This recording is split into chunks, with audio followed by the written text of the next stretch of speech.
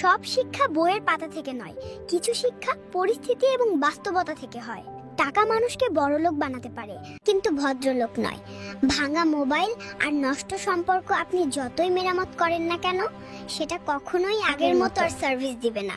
মিথ্যাবাদীরা এখন সবার প্রিয় হয়, আর সত্যবাদীরা হয় অপমানিত আর অবহেলিত। মানুষের সবচেয়ে সুন্দর অংশ হলো মন, আর সেটাই যদি নোংরা হয়, তাহলে সুন্দর চেহারা দিয়ে কি হবে? মুখের হাসি যতই মিষ্টি হোক, ভিতরে কালোটা একদিন ঠিকই বেরিয়ে আসে।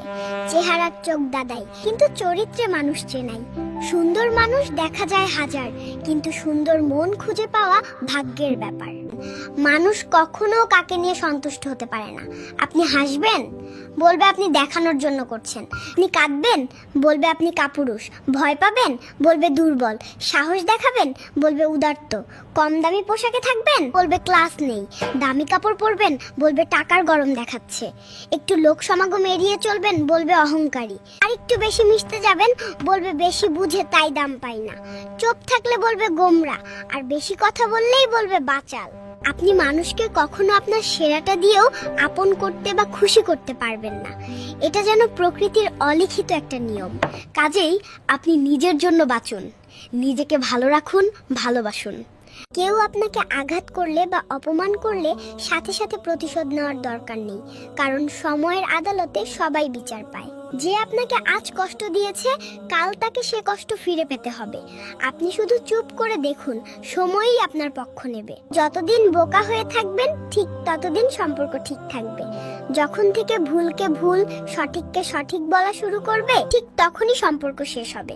বেঈমান কেউ গালি না দিয়ে ধন্যবাদ দিন, কারণ তার কারণেই আপনি মানুষ চিনতে শিখে গেছেন। একটা মেয়ে ফেসবুকে পোস্ট করেছে, মা বাবার দায়িত্ব যদি মেয়েদের দেওয়া হতো, তাহলে পৃথিবীর কোনো মা বাবাই বৃদ্ধাশ্রমে থাকতো না।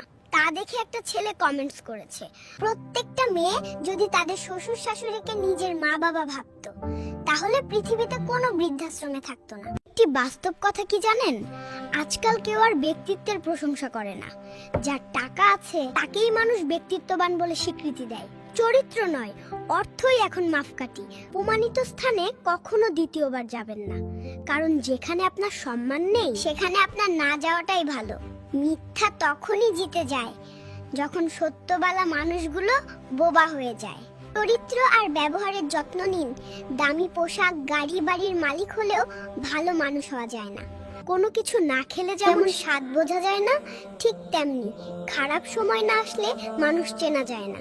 কষ্ট মানুষের সারা জীবন থাকে না, কিন্তু কষ্টের সময় মানুষের ব্যবহারগুলো সারা জীবন মনে থাকে।